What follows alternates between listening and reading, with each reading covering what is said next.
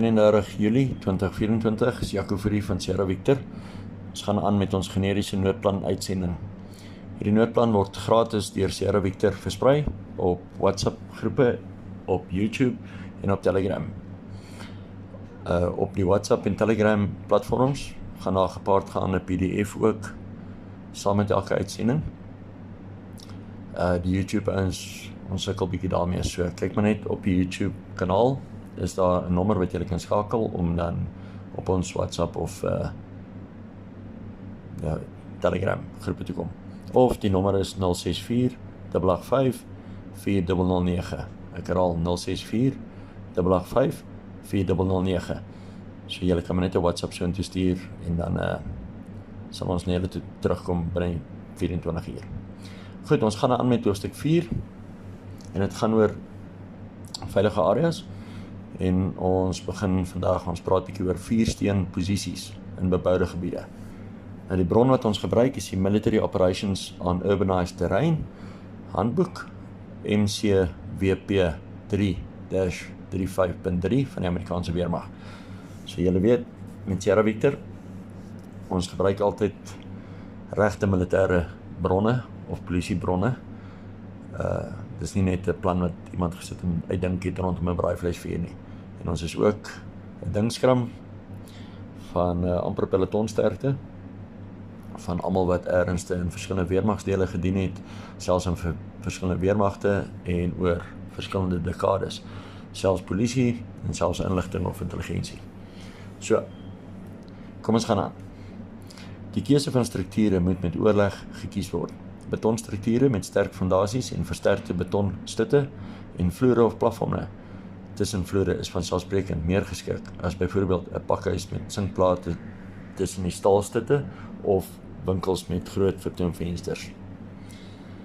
Daar is verskeie faktore en vereistes wat die besluit op 4 steenposisie beïnvloed, naamlik beskutting of dekking, vertikale verspreiding, horisontale verspreiding, alleenstaande strukture, skootvakke, veilige roetes vir eie magte, intelligensiewaarneming, brandrisiko en die tyd wat dit gaan neem om in te trek en die gebou aan te pas vir jou doeleindes.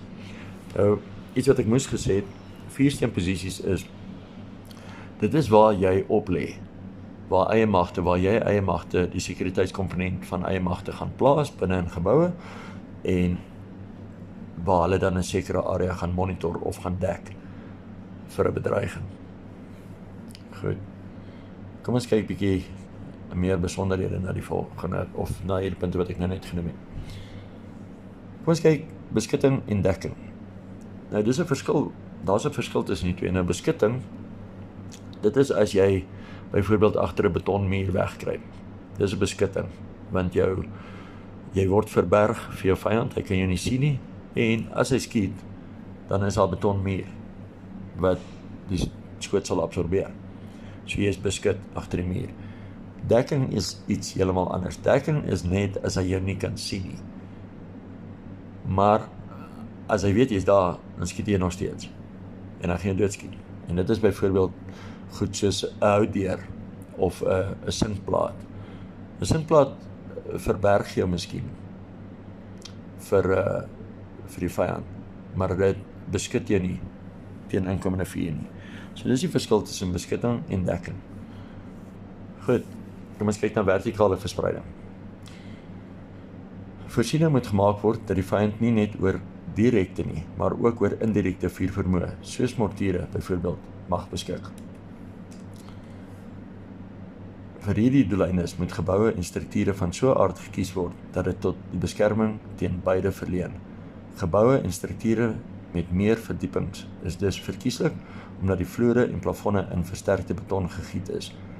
Die keuse van watter vloer van hierdie struktuur as 4 posisie of 4 steenposisie gekies word, sal van die verwagte bedreiging, die gesigveld en die afstand tussen die bedreiging en eie magte bepaal word.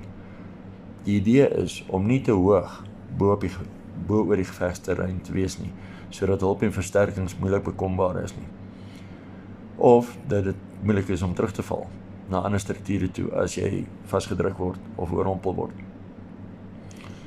Die posisie moet egter ook hoog genoeg wees sodat die gebruik van handgranate en petrolbomme nie te maklik teen jou gebruik kan word nie, of aangewend kan word nie. Die generiese riglyn sal wees die tweede of die derde vloer van 'n struktuur. Oogiesdraad of soortgelyke materiaal kan voor vensters en skietgate aangebring word om gewerkte voorwerpe, soos granate, petrolbomme en klippe, se effektiwiteit te belemmer. Jy gaan nou sien op die skerm, gaan daar 'n prentjie kom. Ons illustreer 'n voorbeeld van 'n grondvlak posisie. As jy nou partykeer moet jy op grondvlak posisie inneem. Nou met hoër verdieping sal die grenade sump en shelter uitgring van selfsprekend nie ingerig kan word nie. Hoekom nie? Want anders dan geen gat in die vloer moet maak. Goed, maar jy kan iets soortgelyks op ander vloere aanwend. Maar hierdie is nou 'n illustrasie van grondvlak. So julle gaan nie 'n idee kry. Die basiese konsep bly dieselfde.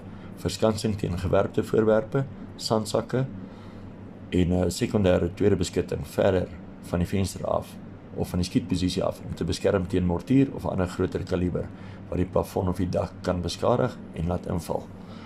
Onthou, dis ook belangrik, nie? Jy is so gefokus dalk op klein geweervuur, maar as jy vyand artillerie teen jou gebruik, dan moet beskutting wees binne in die gebou vir jou, vir as die dak in mekaar val. Maar dan moet jy uit. Kom ons kyk nou horisontale verspreiding. Vanselfsprekend moet alle magte nie in een struktuur gekonsentreer word nie. 2 of meer strukture moet so gekies word dat hulle skootvakke mekaar se basisse of grondvloer ingange kan dek. Isolasie in een gebou skep die kwesbaarheid van omsingeling, verbysypeling en vernietiging. Strukture diagonaal of skynsoorkant mekaar by kruisings is byvoorbeeld ideaal, omdat die skootvakke vir 2 strate of rigtings elk uitgesit kan word. Daar is ook dan 'n 50% gronddekking wedersyds tussen die 2 strukture, vir beide vir 'n terugval opsie onder dekking van die ander. Alleenstaande strukture. Vir intelligensiewaarneming is dit soms nodig om in alleenstaande ontblote strukture jouself te verskuil. Die rede vir dit is vanselfsprekend want dit gee 'n wye gesigveld of sigveld. 'n Voorbeeld van dit is byvoorbeeld 'n watertoring of 'n reservoir of iets soortgelyks. In so 'n geval is dit aan te beveel dat die grondvlak of dat 'n grondvlak element die basis binne hulle skootvak sal kan dek. Alleenstaande strukture is uiters kwesbaar omdat hulle dadelik die aandag en fokus sal trek van 'n bewegende mag. Beweging en sigbaarheid in hierdie strukture moet tot die absolute minimum beperk word. Weereens, common sense, vanselfsprekend, geen ligte, oppas vir weerkaatsing van teleskooplense, jy beweeg so min as moontlik as jy in so 'n struktuur is.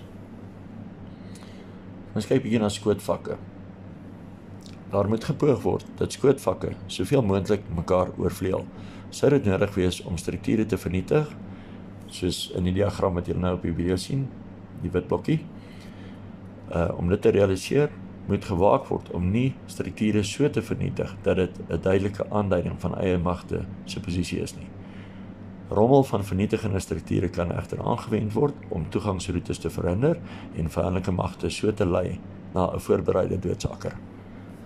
Goed, so jy breek geboue af. As dit is wat jy moet doen, dan doen jy dit. Maar jy moet nou nie soveel geboue afbreek dat in die eerste plek dat die gebou waarin jy is alleenstaande is nie, of dat daar 'n duidelike pad gevolg kan word van gebou wat afgebreek word, wat kan lei tot eie magte se posisies nie.